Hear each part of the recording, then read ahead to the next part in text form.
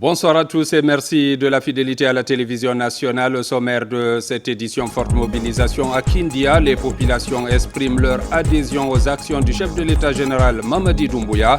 Une reconnaissance aux multiples projets déjà réalisés et en cours d'exécution dans le pays. Des voleurs et leurs complices appréhendés à Kéroane. Ils sont responsables de vols sur les installations du projet Simandou en cours de réalisation au niveau de cette préfecture.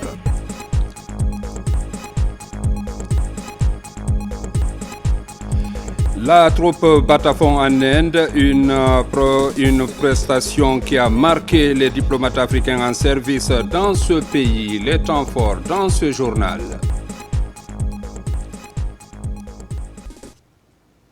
Une fois encore, bonsoir et merci de la fidélité à la télévision nationale. Marche pour la paix et l'unité nationale. La Guinée maritime fait carton plein. Les populations de la Basse-Guinée sont massivement sorties ce samedi pour une marche de rassemblement. L'initiative vise à magnifier les acquis du CNRD et de son président, mais aussi réaffirmer l'engagement et la détermination de l'Abessanie à accompagner le président Mamadi Doumbouya dans l'accomplissement de sa mission régalienne. Reportage adjudant-chef Aboubakar Kamanou. Poursuivant leurs activités au compte de la deuxième journée d'action d'envergure, les citoyens de la Basse-Guinée se sont massivement mobilisés ce samedi 22 février 2025 dans la ville des Agrumes Kindia pour magnifier les œuvres du président de la République, son Excellence le général Mamadi Doumbouya, qui fait du rayonnement de la République de Guinée sur la scène internationale une priorité absolue. À travers une marche pour la paix et l'unité nationale dénommée Marche des rassemblements, les ressortissants de la Guinée maritime ont davantage concrétisé leur engagement et leur détermination sans faille à accompagner le président de la République dans l'accomplissement de sa noble et exaltante mission. Une occasion mise à profit par les populations de la Basse-Guinée pour saluer la bravoure, le mérite et l'esprit patriotique du chef de l'État pour les changements opérés dans le pays sous son leadership. Merci pour le déplacement. Merci au général Mamadi Doumbouya. Merci à toute la population. Toute la population pour faire le déplacement. Je voudrais vous dire merci. Ça montre la suffisance que vous êtes pour le général Mamadi Doumbouya. Cette mobilisation montre la suffisance que vous êtes pour le général Mamadi Doumbouya. Je voudrais seulement dire la cordiale bienvenue à tous ceux qui ont fait le déplacement pour Kindia ce matin. À la population de Kindia, nous avons dit, nous l'avons fait. Nous avons dit ensemble ici que nous allons remplir Kindia. Je crois que nous l'avons fait.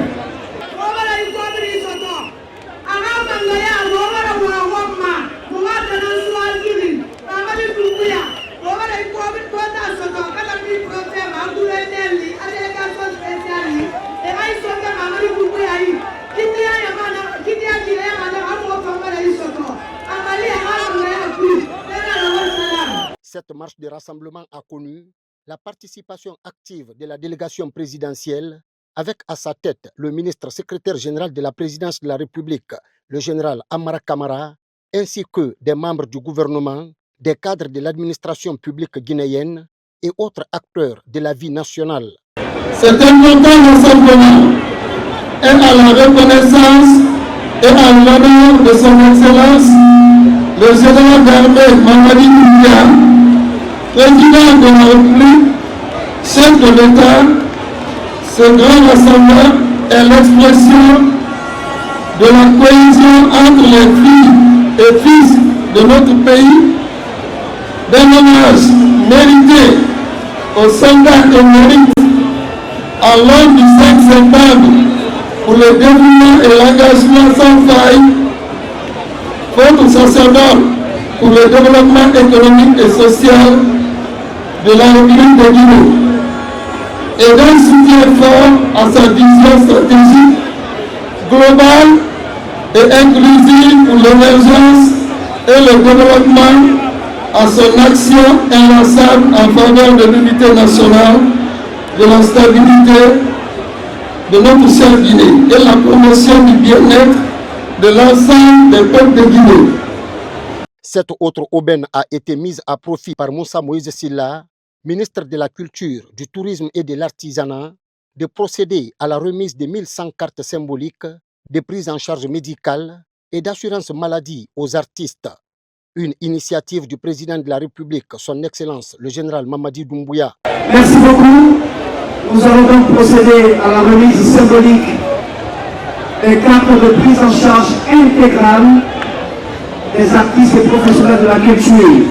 Pour la première phase, il s'agit de 1100 cartes médicales d'assurance destinées aux artistes et aux professionnels de la culture. C'est la première fois en République de Guinée. Je donne donc au nom du président de la République, le général Mamadi Doumbouya, cette carte d'assurance médicale intégrale à notre mère qui a beaucoup fait pour la culture guinéenne, Maman Kouyaké, maman, que je vous prie d'applaudir. La deuxième carte est remise au nom du chef de l'État à M. Kamakoulou.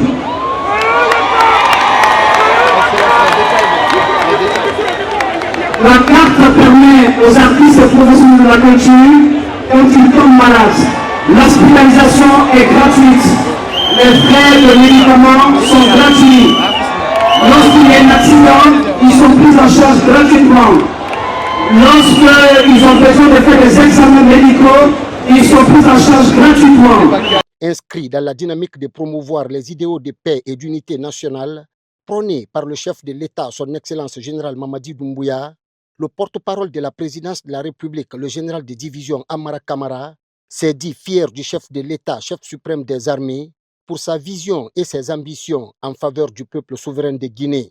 Cet après-midi, nous sommes témoins d'un moment historique, un moment où notre nation se tient unie, forte des valeurs qui caractérisent les populations de la Guinée maritime.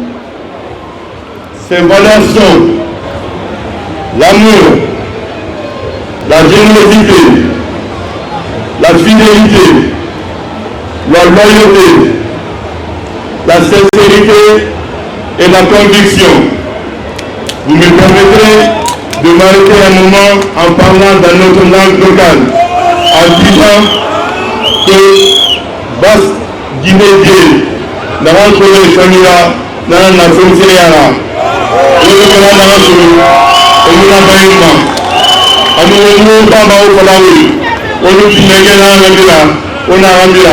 Merci pour le choix du président Mamadi Doumbouya. Votre engagement, votre disponibilité et votre proximité avec votre population sont des atouts précieux pour notre développement. Merci également aux habitants de la Basse-Guinée en général et à vous, les chers compatriotes de Kindia en particulier. Vous êtes la voix et le pouls de notre région et votre soutien aux idéaux du président Doumbouya est inestimable. Je ne peux oublier de mentionner le rôle fondamental que vous avez joué dans le parcours de notre président. Le président a servi à Kindia. Kindia l'a adopté. Il s'est même établi comme citoyen de Damakaya. Merci au soutien depuis que vous l'avez apporté. Aussi, dès les premières heures, c'est-à-dire le 5 septembre 2021, le soutien et l'accompagnement des filles et des fils de Nabessani ont été décisifs pour la conduite de la refondation en cours. C'est grâce à vous que le CNRD, son président et le gouvernement ont pu poser les jalons d'un avenir meilleur. Le président de la République, le chef de l'État, nous charge de vous transmettre ses vifs remerciements. Pour une fois, la République de Guinée, sous la direction de notre président, nous avons un leader à l'écoute de son peuple qui se bat jour après jour pour améliorer les conditions de vie de chacun d'entre nous. Le président de la République est un leader qui se préoccupe de votre bien-être. C'est un chef dont les actions parlent plus fort que ses mots. Il est important de rappeler que l'homme du 5 septembre est celui que notre peuple a longtemps cherché et réclamé depuis 1958. Sa vision est à la hauteur de sa stature. Son programme est celui qui nous mènera vers l'émergence. Et sa détermination est le vecteur qui nous conduira vers un avenir radieux.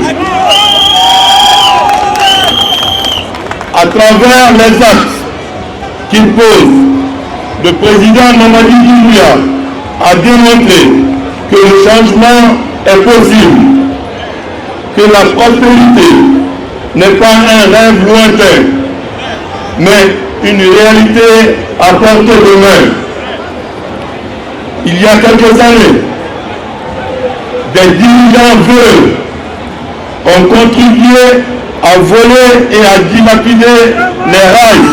Le président Doumbouya s'est quant à lui engagé à construire en 3 ans plus de 650 km de rails.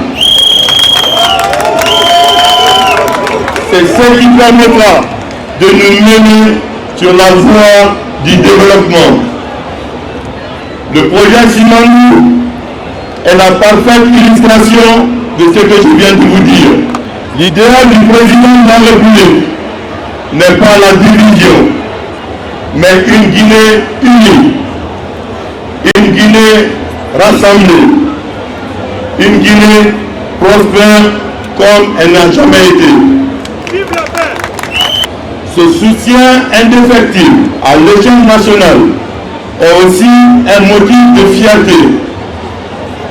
Votre mobilisation exceptionnelle est le témoignage de votre adhésion à ce projet de société que nous bâtissons ensemble sous le leadership du président Mamadi Doumbouya. Alors que nous attendons que le général Mamadi Doumbouya, président de la République, chef de l'État, chef suprême des armées, se prononce sur sa future candidature, je vous invite à vous recenser massivement.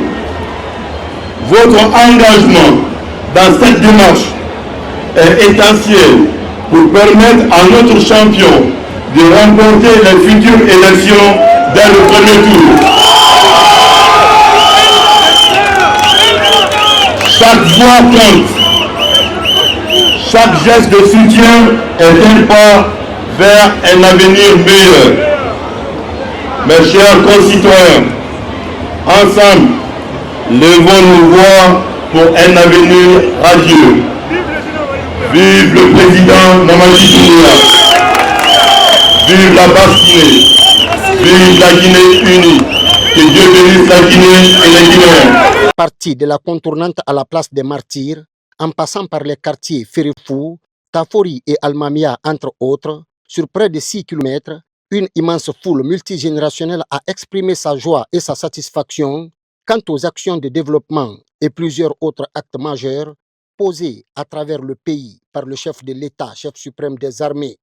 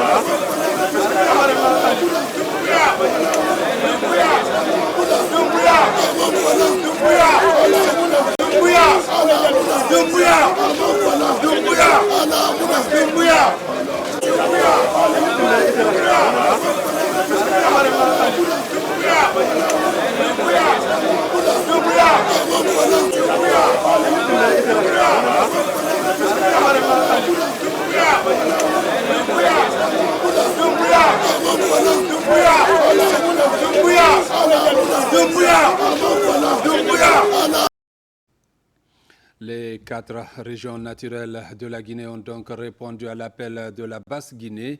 Ce matin, ils ont marché de la contournante de Kindia jusqu'à la place des Martyrs dans le cortège des slogans de reconnaissance envers le président Mamadi Doumbouya. Reportage Makeme Donzo, Mamadi Gassama, Alfaya Yassila. Ils ont certes des slogans différents, mais leur dénominateur est commun.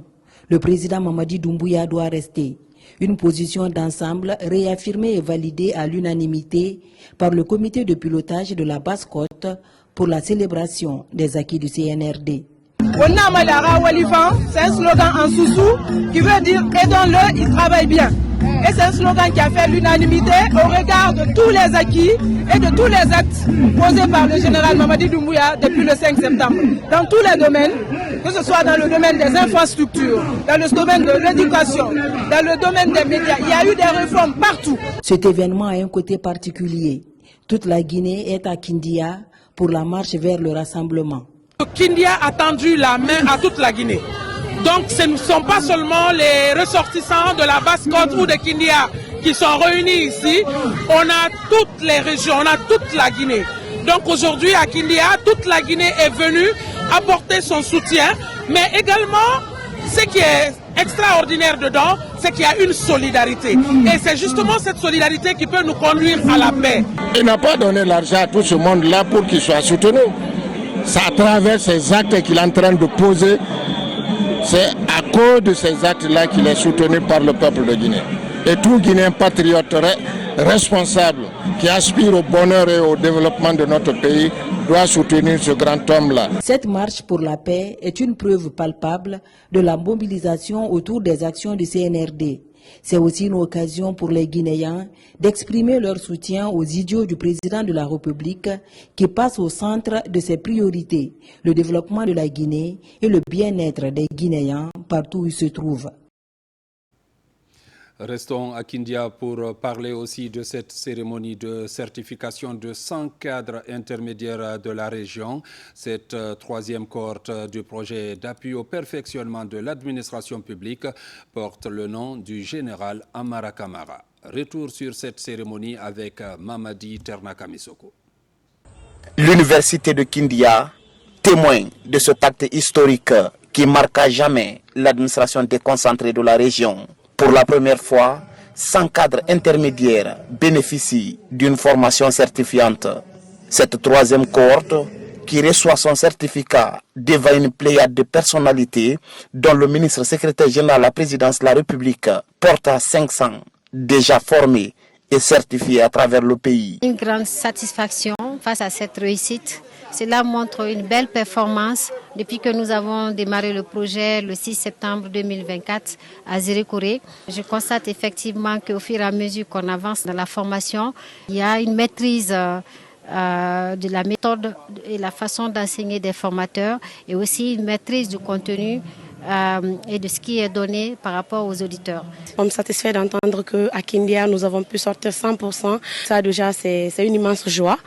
Et vu que cette formation s'inscrit dans le cadre de la formation et le perfectionnement des cadres, je pense que cela va nous permettre vraiment de mieux nous comporter au sein de notre administration. La Guinée, sous le magistère du général Mamadi Doumbouya, a opté pour la qualification du personnel de l'administration pour plus de productivité, politique ambitieuse portée par le ministère du Travail et de la fonction publique. L'un des problèmes de notre administration aujourd'hui, c'est que personne ne veut venir à l'intérieur servir l'État. Tout le monde veut rester à Conakry. C'est pour cela que nous avons décidé de décentraliser désormais ces services pour que les cadres qui acceptent de venir travailler à l'intérieur du pays puissent bénéficier les mêmes services que ceux des services centraux bénéficient. La deuxième innovation, c'est la prise en compte du genre et également l'inclusion des personnes vivant avec handicap. Cette innovation a été renforcée aussi par la promotion de l'excellence. Tous ceux qui sont dans cette salle, ils n'ont pas été cooptés au hasard. Ils ont soumis leur dossier. Il y a eu des évaluations rigoureuses. C'est à l'issue de cette évaluation que la présélection a été faite. Et les certificats qui doivent être remis aujourd'hui ne sont pas aussi des certificats de participation, mais des certificats de réussite. Cette troisième cohorte du pays porte le célèbre nom du général Amara Kamara, ministre secrétaire général de la présidence de la République. Chers auditeurs, en choisissant de donner mon nom à cette promotion, à l'instar des autres promotions de la région des Zérékoré et de Kankan, vous avez fait honneur à l'homme du 5 septembre, le président Mamadi Doumbouya. Très modestement, et la vérité c'est que je suis juste un secrétaire qui met en œuvre la volonté et les orientations de son patron. Donc tout l'honneur et le mérite lui revient. Le président Mamadi Doumbouya a placé le renforcement des capacités des jeunes au cœur de la priorité de son gouvernement.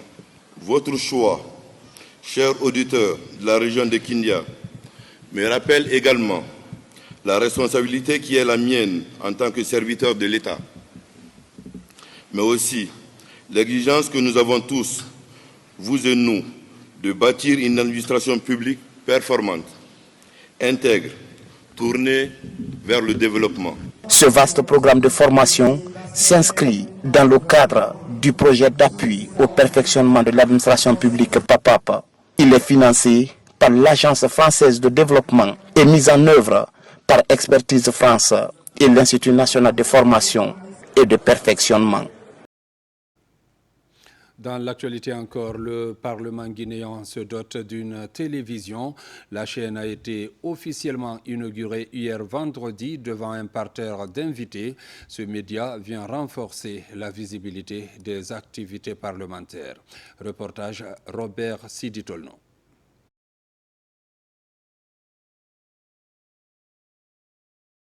C'est un rêve devenu une réalité. Grâce au leadership et la clairvoyance du président du CNT, Dr Dansa Kourouma, le Parlement guinéen, pour sa première fois dans l'histoire, se dote d'une télévision parlementaire. Sa mise en place très attendue devrait permettre de donner davantage une meilleure visibilité aux activités parlementaires. L'inauguration de ces bijoux qui a eu lieu ce vendredi a connu la mobilisation de plusieurs personnalités venues encourager et soutenir l'initiative. Je voudrais vous assurer de ma disponibilité à tout mettre en œuvre pour poursuivre et intensifier le soutien à votre institution en général et à cette télévision en particulier pour son opérationnalisation à la mesure des attentes du peuple de Guinée. Officiellement lancée, cette nouvelle chaîne équipée d'une technologie de dernière génération sera essentiellement dédiée aux travaux parlementaires ainsi qu'à l'actualité nationale et aux dynamiques sociopolitiques et économiques du pays. Cet accomplissement n'eût été l'engagement et la vision du président de la République, le chef de l'État, le chef suprême des armées, le Conseil national de la transition, quelles que soient sa volonté et ses initiatives, ne pourrait initier et porter un tel projet d'envergure. Une télé parlementaire demande la vision, une télé parlementaire demande la conviction, une télé parlementaire demande des moyens. Et surtout, les trois éléments cimentés par un capital de confiance inébranlable. C'est pourquoi je tiens également à exprimer ma profonde gratitude à son Excellence le général d'armée Mamadi Doumbouya, président de la République, dont la vision stratégique a permis la concrétisation de ce projet grâce à son engagement en faveur de la transparence et du renforcement des institutions républicaines. Nous franchissons aujourd'hui une nouvelle étape vers une initiative s'inscrit dans une dynamique de gouvernance responsable où la redevabilité et la participation citoyenne deviennent des piliers fondamentaux. La mise en place de cette télévision parlementaire vient s'ajouter à la relance de la radio parlementaire par Dr Dansa Kourouma. Avec ces différents outils d'information, ces nouveaux défis s'imposent, ceux de participer à la cohésion sociale, au vivre ensemble, à la consolidation de la paix à travers le traitement de l'information qui tient compte de l'éthique et de la déontologie. Et puis en immersion dans le pays profond, le Premier ministre Amadou Riba a inauguré à Kankan le siège du Fonds de développement social économique. Cette antenne régionale va renforcer la mise en œuvre des actions de développement local du gouvernement. Reportage Ousmane Bangoura. Kankan a désormais son antenne régionale du Fonds de développement économique et social. En immersion dans le pays profond, le Premier ministre, chef du gouvernement, inaugure le siège de l'antenne en présence des autorités locales. Cette infrastructure vise à renforcer la mise en œuvre des politiques de développement local du gouvernement. La maison est équipée de bureaux modernes, de salles de réunion. La réussite de ce programme ambitieux nécessite l'implication de tous les acteurs, autorités administratives et locales, chefs religieux et coutumiers, société civile et population de la base. C'est cet ensemble que nous pourrons relever les défis de développement local et contribuer à l'atteinte des objectifs fixés dans le programme de référence intérimaire qui doit finir cette année. L'ouverture de cette antenne ici à Nabaya devrait améliorer l'efficacité des interventions du FEDES dans des domaines comme l'éducation, la santé, l'autonomie des femmes et le développement économique. Le Fonds de développement économique et social a pris une longueur d'avance. Vous savez, dans la réalité, ceux qui prennent le leadership, ce sont ceux-là qui sont suivis. La question des politiques sociales, des politiques relatives à la solidarité, des politiques concernant, j'allais dire, la recherche dans d'autres systèmes économiques. Je pense à l'économie circulaire, je pense à l'économie solidaire, qui sont des aspects très importants aujourd'hui, peuvent s'articuler autour des structures et des bâtiments du Fonds de développement économique et social. C'est une réflexion que je vous lance. J'espère que dans les prochains mois ou les prochaines semaines, on aura l'occasion, de la manière la plus dépassionnée possible, examiner tout cela pour mettre en place des structures qui durent, qui sont pérennes et qui répondent à l'attente aussi bien des pouvoirs publics que des populations. À ce jour, des centres de santé, des écoles et d'autres infrastructures essentielles au nombre de 43 sont réalisées à travers le ministère du Plan et de la Coopération internationale. Direction Tougué pour parler aussi du lancement de la première édition de la lecture du Saint-Coran dans cette localité, une initiative du Collège des Sages de Tougué. Le but est d'invoquer la clémence divine pour la paix, l'unité nationale et le développement socio-économique. Reportage Souleymane Kamara, Fodé Kamara. C'est dans une ambiance de ferveur religieuse et de solidarité que cette grande communion spirituelle a débuté. Des centaines de personnes venues de toute la Guinée et même de l'étranger se sont rassemblées pour participer à cette initiative inédite. Au programme, des lectures du Saint-Coran, des prières collectives et des invocations pour la paix et le progrès. On était beaucoup déconnectés. C'est grâce au leadership du chef de l'État que nous sommes connectés, que nous commençons à recevoir ce que nous gagnons maintenant, raison pour laquelle la population ne peut pas rester sans magnifier, sans reconnaître ce qu'il est en train de faire pour nous et pour toute la population de la Guinée. L'infrastructure que nous avons reçue, le bitume de la voie urbaine, l'addition d'eau, le courant, les fonds de l'aide pour les groupements. Au-delà de l'aspect spirituel, cette cérémonie vise à renforcer l'unité nationale et à soutenir les autorités locales et nationales. Le Collège des Sages de Tougué a également profité de l'occasion pour exprimer sa reconnaissance envers le président de la République, le général d'armée Mamadi Doumbouya, pour son engagement envers Tougué depuis 2021. La commune de Tougué, les fils et filles de Tougué ont offert des parcelles au président Mamadi Doumbouya. Donc le président Doumbouya est désormais un citoyen à part entière de Tougué. C'est pour nous une fierté que le président guinéen accepte d'être le citoyen de notre préfecture. Le clou de l'événement a été la pose de la première pierre de la future résidence du président de la République à Tougué. Un geste symbolique qui marque l'ancrage des autorités nationales dans cette région et qui suscite beaucoup d'espoir parmi les populations locales. C'est le Premier ministre chef du gouvernement qui a officiellement piloté cette activité, marquant ainsi l'engagement du gouvernement et le chef de l'État envers le développement de Tougué.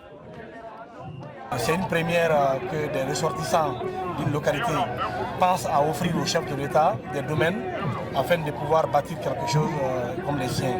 Donc nous sommes sur ce site et le message il est simple. Le Premier ministre a au nom du chef de l'État remercié non seulement toute la population mais également exhorté les fils et filles de cette localité à la paix, à l'entente et à l'unité nationale. Car c'est dans la paix que nous pouvons aspirer au développement que nous avons toujours souhaité dans notre pays. Et ils n'ont pas manqué aussi de demander à M. Ibrahim de transmettre au chef de l'État la nécessité de relancer le processus de réalisation du barrage de Kokoutamba, mais également les grands projets routiers devant quitter Tougué pour rallier la préfecture de Sigiri via la préfecture de Dinguiraï. Dans une ambiance de recueillement et de fraternité, les participants ont prié pour la paix et le progrès.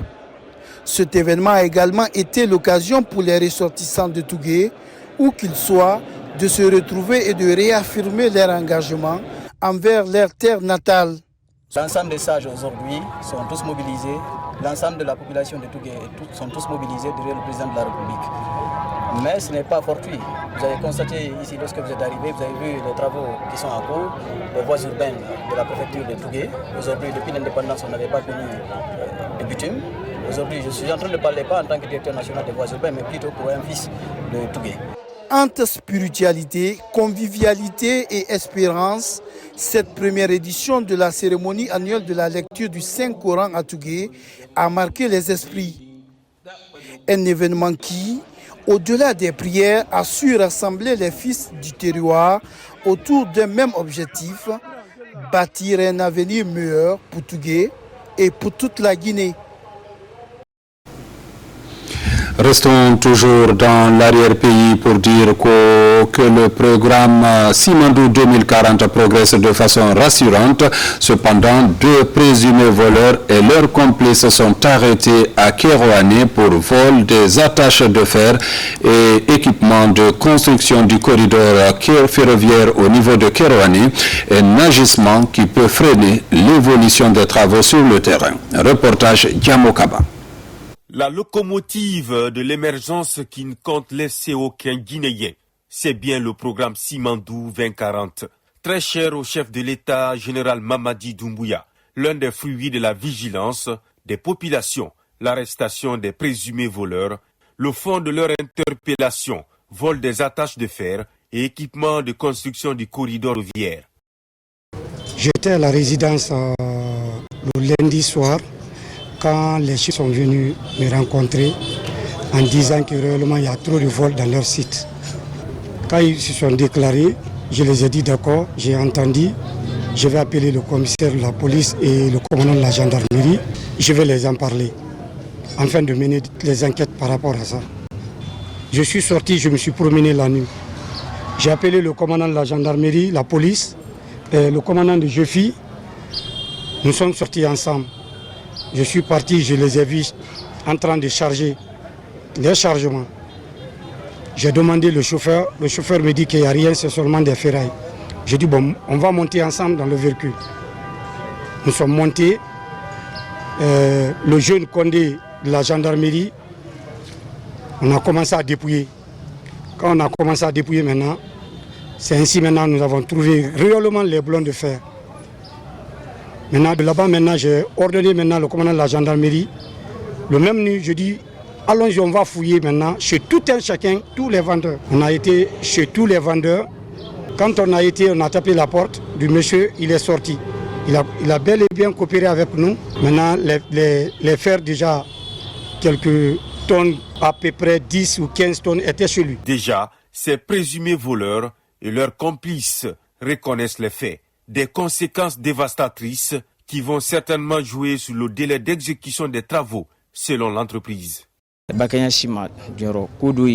Je suis inférieur et je reconnais avoir acheté ces équipements. Depuis des années, j'exerce ce métier. Mais aujourd'hui, je peux dire que c'est la volonté divine.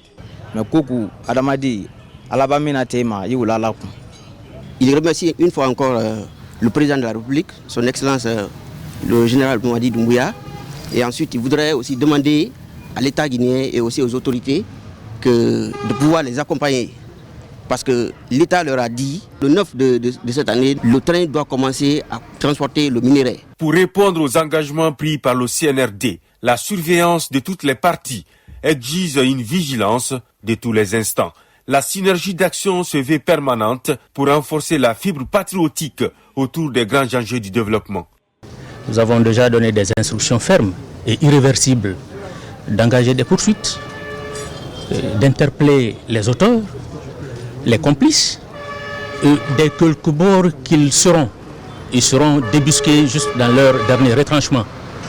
On peut vous garantir que les droits des mis en cause seront également observés, parce qu'en cette phase, il y a la notion de la présomption d'innocence et nous sommes obligés de respecter ce principe sacro-saint. Mises hors d'état de nuire, ces personnes interpellées sont déjà à la disposition du parquet pour la poursuite des enquêtes judiciaires, toutes choses susceptibles de préserver les grands objectifs du programme Simandou 2040, un pont vers la prospérité du pays dont les retombées ne comptent épargner aucune localité. Allons à Sigiri où le centre d'apprentissage de formation professionnelle post-primaire et secondaire de Kintignan, construit par la SAG, a été inauguré. Il va aider les jeunes de Boré à apprendre un métier pour faciliter leur insertion socio-professionnelle. Reportage Moussa Komara. À Kintignan, rien n'est encore perdu pour les jeunes. Déscolarisés ou non scolarisés, ils pourront désormais façonner leur avenir dans ces centres d'apprentissage et de formation post-primaire et secondaire.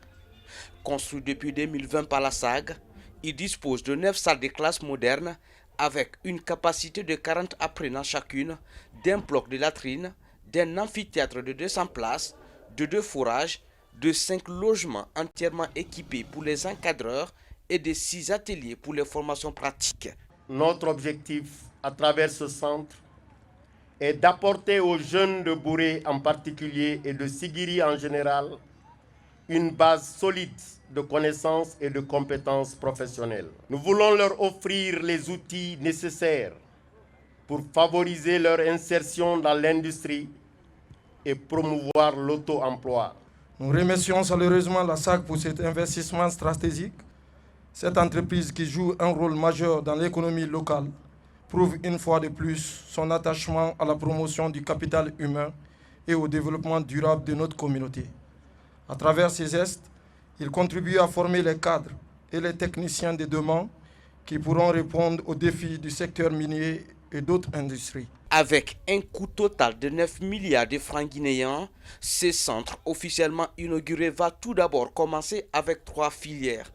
La plomberie sanitaire, l'électricité bâtiment et la maçonnerie carrelage. Ce centre de formation est un outil essentiel pour la préparation de nos jeunes pour un développement inclusif et durable de notre pays, car aucun progrès n'est possible sans une main-d'œuvre qualifiée ayant les compétences requises pour répondre aux exigences du marché de l'emploi.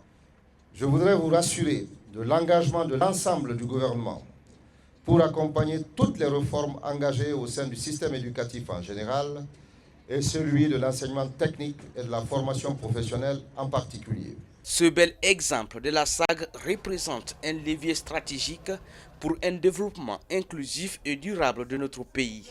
Une opportunité unique pour les jeunes de Boré, foncièrement ancrés dans leur paillage, de se bâtir une vie professionnelle.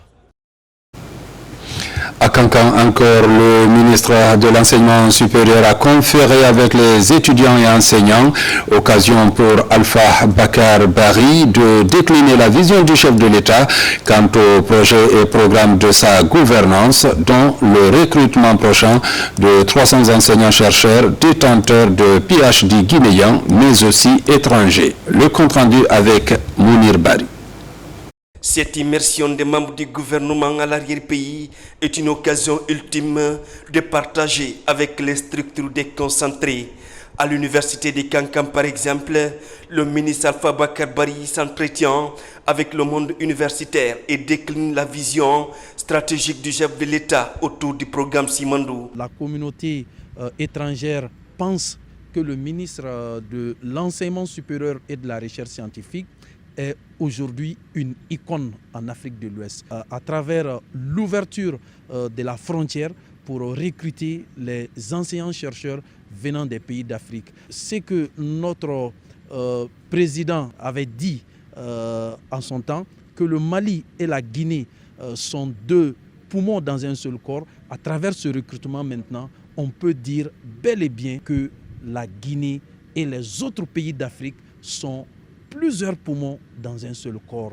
La rencontre élargie aux enseignants-chercheurs de tenteurs de PhD récemment recrutés a permis au ministre de comprendre les réalités d'intégration et surtout la contribution de ces enseignants dans la qualification de l'enseignement supérieur en Guinée. L'université doit s'ouvrir au monde, ils ont un impact significatif et ils vont même au-delà des heures, des charges horaires assignées à leur contrat.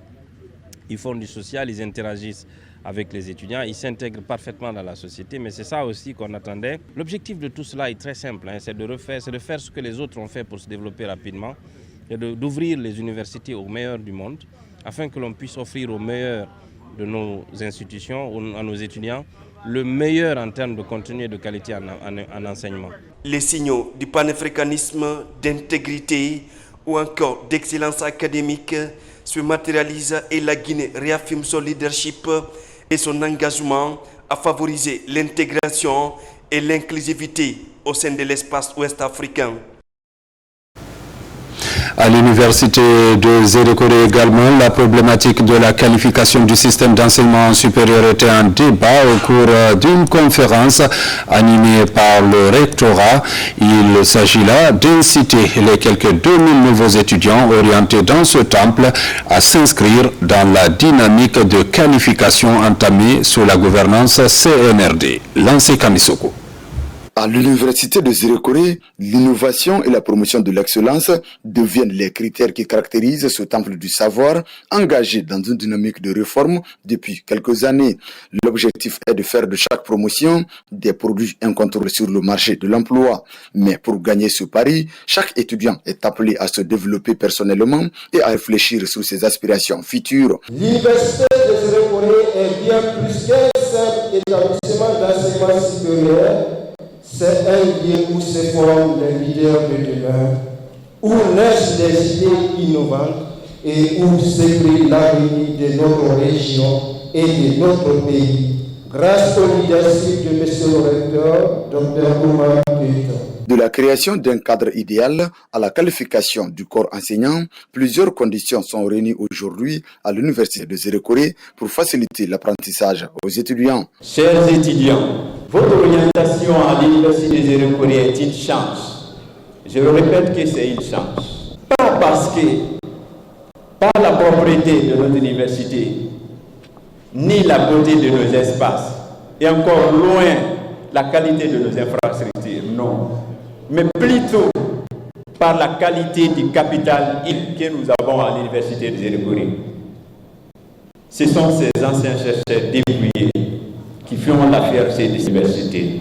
Je tiens à exprimer ma sincère gratitude au ministère de l'Enseignement supérieur et au recteur de l'université de Zérékoré pour les précieuses mesures prises en faveur des étudiants. Seule institution d'enseignement supérieur de la région forestière, l'université de Zérékoré devient de plus en plus l'une des destinations favorites des bacheliers de par la richesse de ses programmes, de la qualité de sa formation et de ses infrastructures.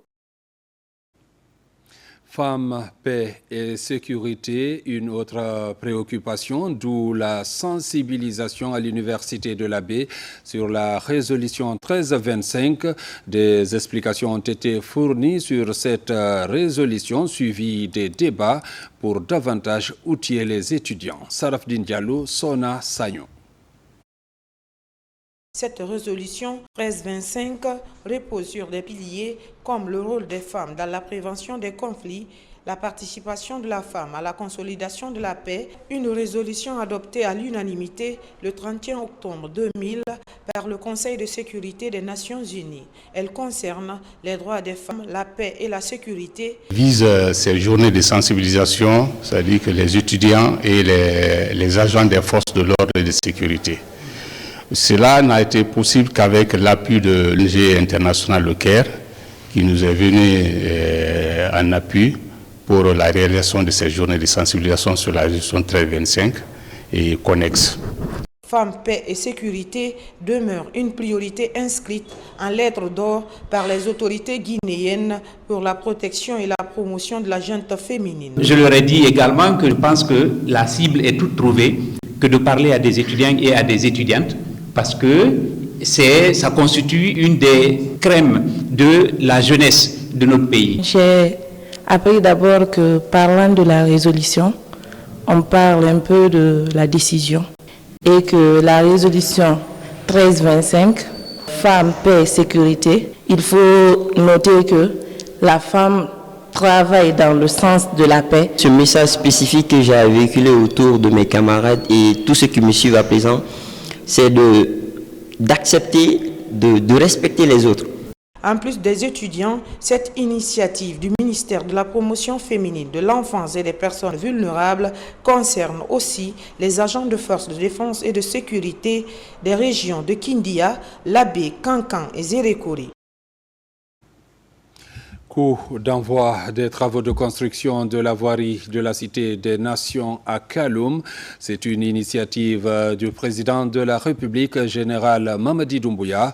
L'entreprise AKC exécute les travaux avec une machine de haute technologie. Vous allez le voir, on parle d'une garantie de 100 ans selon les spécialistes. Reportage Aboubakar Junior Kamara.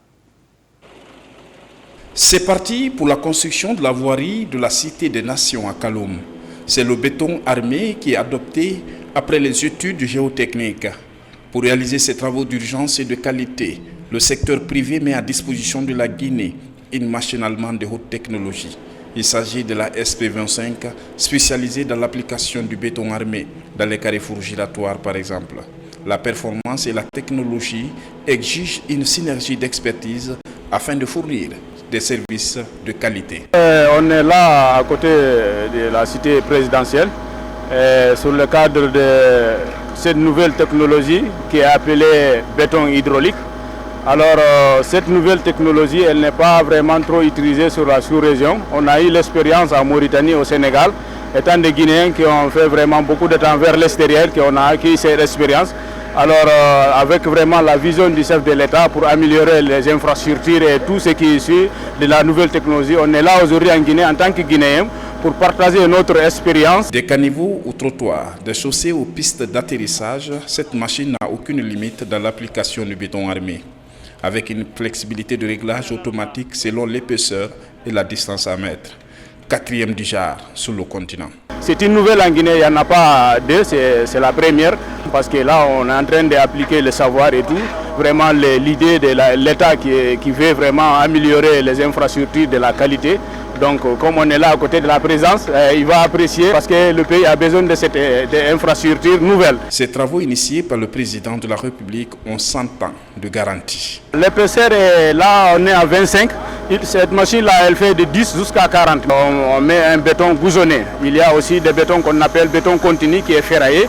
Mais la machine, elle est multifonctionnelle, elle est multiservice. Elle peut faire des caniveaux, des bordures, vraiment tout ce qui est des infrastructures. L'entreprise AKC réalise les travaux avec cette nouvelle machine, ce qui prouve que les travaux de qualité seront réalisés ici, à la Cité des Nations. Commerce, signature d'un protocole d'accord entre le gouvernement et le secteur privé sur la fixation des prix des denrées de première nécessité. L'heure est à la vulgarisation du contenu de la convention. Les prix sont fixés par zone, à savoir la zone spéciale de Conakry, ainsi que sur toute l'étendue du territoire national. Pour plus de précisions, suivez cet élément de reportage avec notre reporter Ali Badra Kondé. Quelques jours avant le mois saint du Ramadan et du Carême, un protocole d'accord est déjà obtenu portant fixation des prix des denrées de première nécessité. Après la signature, l'heure est à la vulgarisation du contenu de cette convention. Ici, face à la presse, les acteurs du protocole donnent les détails sur les prix distributeurs et les prix détaillants. La Chambre de commerce a travaillé avec les cadres du ministère du Commerce, nuit et jour, avec les opérateurs économiques qui ont bien voulu entendre la doléance de Madame la ministre du Commerce au nom du gouvernement. Ce n'était pas facile parce qu'il faut réduire naturellement les marges bénéfices d'intérêt que vous connaissez, les opérateurs économiques, c'est l'argent. Dans la fixation des prix, 2 zones sont retenues. Celle de Conakry ainsi que l'arrière-pays selon la distance entre une préfecture et la capitale. Non seulement nous verrons les prix appliqués dans la zone de Conakry, mais nous allons également voir les prix appliqués désormais sur le territoire national à travers les 33 autres préfectures. Le riz blanc, 25% brisure de 50 kg, sera vendu au prix importateur à 275 000 et prix détaillant 290 000. La farine au sac de 50 kg sera vendue au prix importateur à 340 000 et au prix détaillant 350 000. Le poulet entier dans un carton de 10 kg sera vendu au prix importateur à 260 000 et prix détaillant 280 000.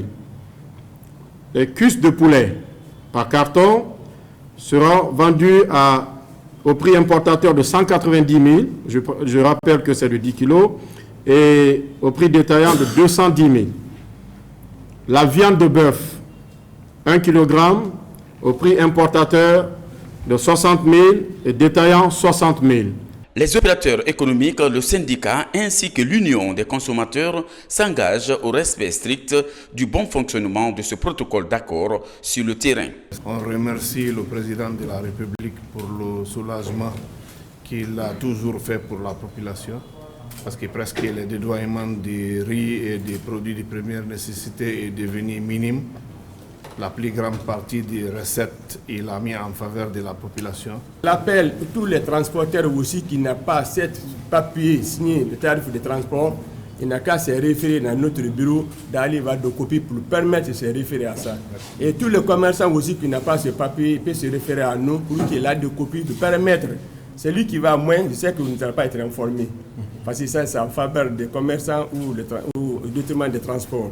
Mais j'espère que ça sera à l'avantage de tout le monde. Déjà, le numéro vert 142 est mis à la disposition de la population pour signaler les contrevenants au non-respect de ce protocole d'accord. La convention reste en vigueur jusqu'au 30 juin 2025. Il faut annoncer également que le programme KSP Guinée est officiellement lancé à Conakry. Pour sa mise en œuvre, une convention est signée entre la République de Guinée et celle de Corée du Sud. Reportage Nabila Moussa Kamara, Abdul Karim Kamara. Le programme KSP en Guinée lancé à Conakry représente une initiative importante pour favoriser le développement économique et social du pays. La signature de la convention entre la Guinée et la Corée du Sud a pour objectif d'accompagner la Guinée dans la mise en œuvre de sa politique industrielle à travers plusieurs axes stratégiques, notamment l'appui au PME, le développement de la zone économique spéciale de Bokeh et l'amélioration du cadre réglementaire du contenu local. Nos partenaires coréens ont insisté pour surtout partager leur expérience en matière de l'industrialisation de leur pays. Vous devez savoir que dans les années 60, la Corée du Sud avait un revenu par tête d'habitant de $80. Aujourd'hui, ils sont à plus de $1 200. Avec l'appui de la Banque africaine de développement, ce programme permettra à la Guinée de bénéficier de l'expertise sud-coréenne tout en renforçant les capacités locales à travers des formations et des échanges de savoir-faire. Notre mission consiste à collaborer pour trouver une solution, surtout plan d'action de ce programme de développement industriel, la formation, la création d'un fonds de développement industriel. Comment on peut utiliser la loi de contenu local pour développer petites et moyennes entreprises. À travers le programme KSP, nous bénéficions aujourd'hui d'un accompagnement stratégique de la Corée du Sud, dont l'expertise dans le développement industriel n'est plus à démontrer. Nous comptons sur cette expérience précieuse pour nous guider dans la mise en œuvre de notre politique industrielle et faire de la Guinée un pays compétitif sur le plan international. S'inspirer du modèle de développement industriel de la Corée du Sud est l'ambition affichée par le gouvernement guinéen. La diversification des relations entre les deux États va permettre à la République de Guinée d'exceller dans le domaine industriel. Environnement avec la restauration des paysages dégradés en Guinée forestière et en Haute-Guinée. Une vulgarisation des meilleures pratiques en la matière est en cours à Kissidougou.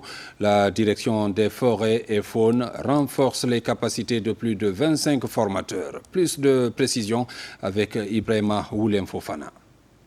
En Guinée, le constat révèle que la plupart des têtes de sources et autres paysages sont souvent victimes d'actions de dégradation. C'est pour trouver une solution idoine à cette situation que la Direction nationale des forêts et de la faune est dans l'optique de faire de la restauration des paysages dégradés une priorité. Ici, à Kissidougou, 25 cadres formateurs enrichissent les connaissances en matière du projet dédié à la gestion intégrée des paysages dégradés. Le projet appuie les communes à travers les agents décentralisés de vulgarisation agricole et forestière, respectivement le CERPROCA et la DNF, pour qu'elles puissent planifier les activités de gestion intégrée des ressources naturelles et de restauration en intégrant ces activités dans leurs plans locaux de développement PDL et leur plan annuel d'investissement PAI. L'initiative vise à renforcer les compétences de ces spécialistes sur les différents segments de ce projet financé par la FAO, Organisation des Nations Unies pour l'alimentation et l'agriculture. Des outils de base qui leur permettront de transmettre aux acteurs ciblés des notions de gestion et de planification du dit projet. Ce projet est en partie domicilié au ministère de l'Environnement et du Développement durable, plus précisément à la Direction nationale de forêt et faune. Et lors de l'atelier de bilan de l'exploitation 2022-2023 qui s'est tenu à Conakry, il a été demandé de renforcer la capacité de nos éléments sur le terrain. J'ai dit dans mon discours d'être très attentif, de suivre les formateurs et après l'arrivée dans les différentes préfectures de restituer. Pour rappel, ces 25 cadres formateurs viennent des régions de Zérékoré, de Kankan et de Farana. Ils retrouvent à leurs préfectures respectives outillés dans l'objectif de restituer fidèlement les connaissances acquises sur la protection de l'environnement. Santé, des consultations gratuites et autres dons de médicaments aux populations vulnérables ont marqué les couleurs de la célébration des 5 ans d'existence de la polyclinique Best Medical Center. La structure est en collaboration avec la jeune chambre internationale Conakry Leader. Question de toucher les plus vulnérables. Reportage Sona Sagnon. Santé pour tous, à l'occasion de ces 5 ans d'existence, la Polyclinique Best Medical Center, en collaboration avec la jeune chambre internationale Conakry Leaders, ouvre ses portes pour 2 jours de consultation gratuite. Un geste humanitaire à l'intention des malades en situation de précarité. Best, ça signifie bien-être, santé pour tous. Alors, pour être fidèle à notre idéologie, nous faisons une assistance gratuite de consultation ainsi que les soins, même des soins chirurgicaux à la population. Quelle que soit leur pathologie, ils seront consultés par les spécialistes de tous les domaines et ceux qui doivent être opérés seront aussi opérés gratuitement. L'idée derrière en fait, cette activité, c'est de pouvoir vraiment inviter d'autres partenaires techniques et financiers à pouvoir emboîter ce pas et aussi à s'inscrire dans cette même dynamique de pouvoir offrir à la population des soins de santé qui peuvent leur permettre de pouvoir avoir un bien-être. Le nombre de consultations au cours de ces jours a atteint les 600, y compris les examens et les médicaments. La santé, c'est pour tout le monde. Donc pour ça, aujourd'hui, nous avons décidé d'aller vers la population qui n'a pas les moyens justement de s'offrir. Donc aujourd'hui, on a fait appel à eux pour qu'ils soient là et leur montrer que ce n'est pas seulement pour l'argent, que tout le monde peut venir. Si tu as les moyens, on te soigne. Si tu n'as pas les moyens aussi, on te soigne.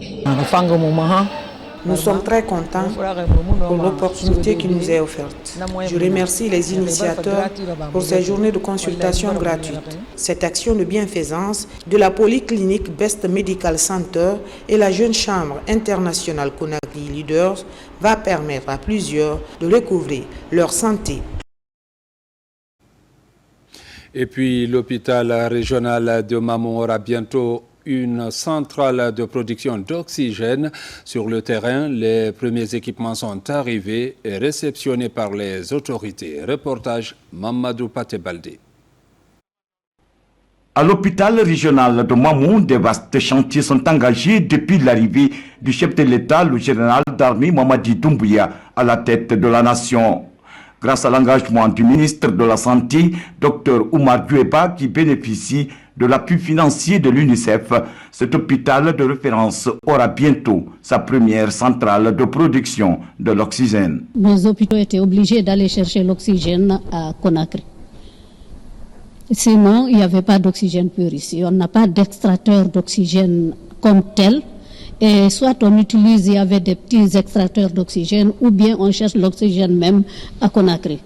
Lancés en octobre 2024, les travaux de construction de cette unité industrielle sont confiés à l'entreprise générale d'études et de réalisation des ouvrages techniques. On produit l'oxygène sur place et on alimente nos malades sur place. Et ça, c'est grâce au leadership du ministère de la Santé et surtout de notre chef d'État, le général Mamadi Doumbouya, qui pense vraiment à toute la population. Après donc 3 mois d'exécution sur le terrain, les premiers équipements et matériels viennent d'être débarqués en présence des autorités politiques et sanitaires.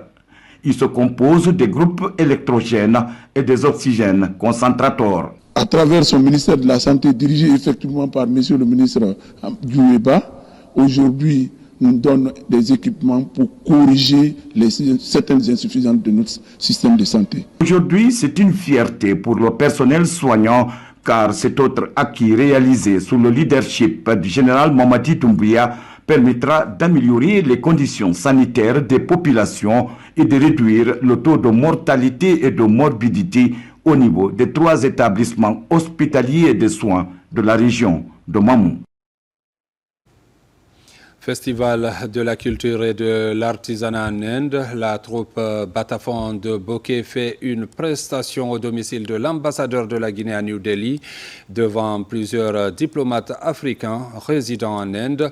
Ces artistes ont exhibé leur talent, ils ont aussi séduit les communautés africaines. Ousmane Ba, Mamadou Dioumaba. La troupe Batafon de Bokeh continue à émerveiller le public en Inde. Après leur brillante participation au festival Surakunj International Craft Mela, ces artistes sont sur scène ici, à la résidence de l'ambassadeur de Guinée à New Delhi. Percussions, rythme et ballet devant un public composé de Guinéens et d'Africains résidant en Inde, heureux de renouer avec la source. Je suis en Inde près de 11 ans. C'est une première qu'une troupe guinéenne vienne en Inde pour rester.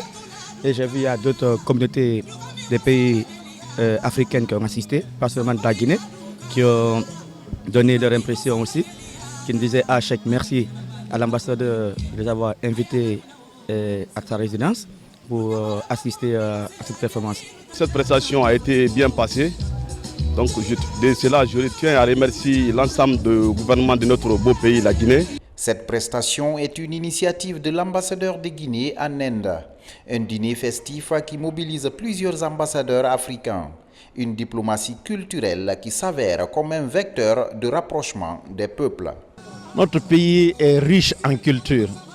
Donc quand une troupe se déplace de la Guinée jusqu'ici, présente des danses de notre pays et qui soient appréciées, n'est-ce pas, par l'ensemble des participants au festival, je ne pouvais que offrir la même chose, n'est-ce pas, à mes collègues ambassadeurs présents ici pour qu'ils s'imprègnent davantage de la culture guinéenne. Tout ce qui est culturel aujourd'hui est universel. La Guinée est un pays quand même qui est très bien avancé dans le domaine de la culture. Ça me rappelle un peu Sekouba Bambino, les Beméa Diaz. Je peux que remercier et féliciter une fois et souhaiter bon courage à cette équipe qui nous a vraiment égayés ce soir. Cet événement a été un moment de partage entre les diplomates et un moyen de renforcement de leurs liens et de ceux des communautés africaines résidant en Inde. Page noire, l'érudit de Madina Nyandou dans la préfecture de Koubia a été inhumé dans son village natal. Des obsèques qui ont mobilisé les autorités administratives et religieuses ainsi que plusieurs fidèles musulmans venus de divers horizons. La délégation gouvernementale a été conduite par le ministre de la Santé et de l'Hygiène publique. Reportage de Sarahdine Diallo, Sona Sagnou. Cheikh Siradio Diallo est un homme d'un calme olympien et sage. Il incarnait une grande personnalité religieuse héritée de son défunt père, l'érudit Cheikh Oumar Diallo. Sa disparition dans la nuit du jeudi 13 à vendredi 14 février dernier laisse un vide dans son Madina Nyandou natal. Ses enfants affligés promettent de poursuivre l'œuvre de leur défunt père. Nous retenons de lui un maître coranique, entretenir des démunis et aider les gens. Nous allons poursuivre ses œuvres, lire le Coran, assister les disciples et héberger les étrangers. Cheikh Siradio Diallo avait un don de rassembleur et d'éducateur. L'inspecteur régional des affaires religieuses de l'Abbé lui rend hommage. Tout le Fouta est venu ici.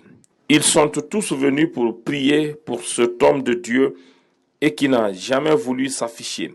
Il a consacré toute sa vie à la prière, lire le Saint-Coran. Au nom du chef de l'État, le ministre de la Santé et de l'Hygiène publique, à la tête d'une importante délégation, a transmis le message de condoléances du gouvernement à la famille éplorée et à la notabilité du Fouta. Sur instruction du président de la République, son excellence général Mamadi Doumbouya, le premier ministre du gouvernement, M. Amadou Riba, nous a mandaté de venir ici auprès de la famille pour lui présenter les condoléances les plus attristées.